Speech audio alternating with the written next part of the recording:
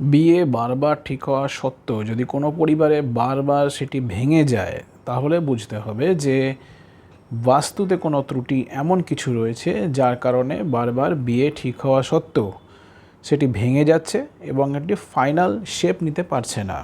আজকের ভিডিওতে আমরা জানার চেষ্টা করব যে এরকম কি কি ত্রুটি বাড়িতে চিহ্নিত করা সম্ভব, সেগুলিকে কারেক্ট করা সম্ভব, যাতে করে এরকমভাবে বিয়ের সম্বন্ধ আসার পরে ফাইনাল কথা হওয়ার পরেও সেগুলি ভেঙে না যায়। চলুন প্রথমে দেখে নেওয়া যাক কোন কোন ডাইরেকশানের জন্য দায়ী। প্রথমে ইস্ট অর্থাৎ পূর্ব দিকে, সাউথ ইস্ট অর্থাৎ অগ্নিকোণা এবং সাউথ ওয়েস্ট অর্থাৎ দক্ষিণ পশ্চিম কোণার দিকে নজর দেওয়া দরকার। এবার বলবো কী ধরনের ত্রুটি, কী ধরনের ডিফেক্ট সেখানে দেখা যেতে পারে।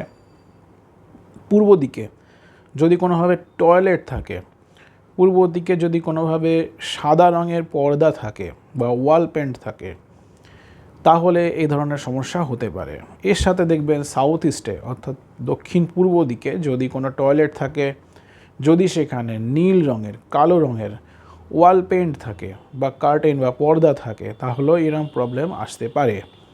এর সাথে দক্ষিণ পশ্চিম দিকে অর্থাৎ যেখানে পিতৃর জায়গা থাকে, সেখানে যদি কোনো বাস্তুত্রুটি থাকে, তখন পিতৃদেবতা অপ্রসন্ন হন এবং তার ফলেও মঙ্গল অনুষ্ঠান ঘটিত হতে পারে না।